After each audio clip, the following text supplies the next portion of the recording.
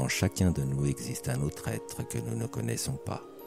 Il nous parle à travers le rêve et nous fait savoir qu'il nous voit bien différents de ce que nous croyons être.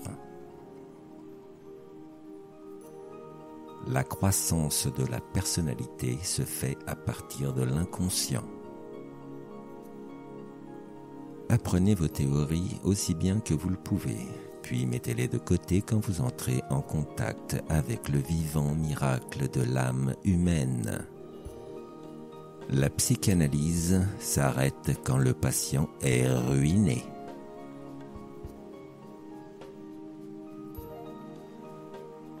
Dieu est le symbole des symboles.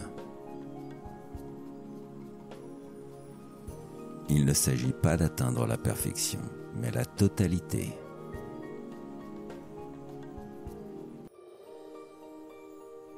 Sans émotion, il est impossible de transformer les ténèbres en lumière et l'apathie en mouvement.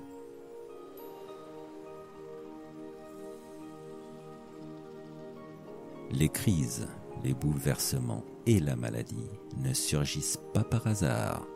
Ils nous servent d'indicateurs pour rectifier une trajectoire, explorer de nouvelles orientations, expérimenter un autre chemin de vie.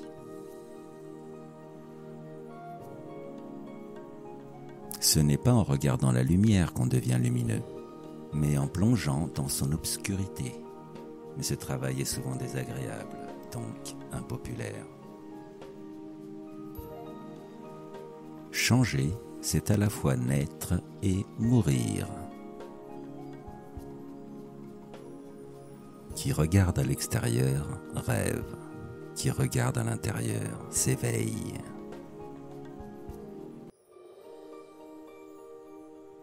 On parle de l'enfant, alors que l'on devrait entendre l'enfant en l'adulte.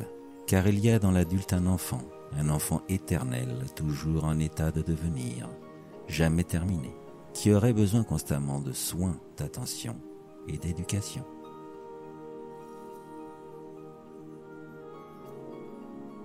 L'être, en grandissant, oublie le secret de la totalité enfantine, de l'enfant qui sait laisser vivre en lui tout un monde sans le paralyser de réflexion, de jugement, de condamnation, de l'enfant qui vit dans une sorte de jardin du paradis où tous les êtres croissent pacifiquement côte à côte. Merci et à bientôt.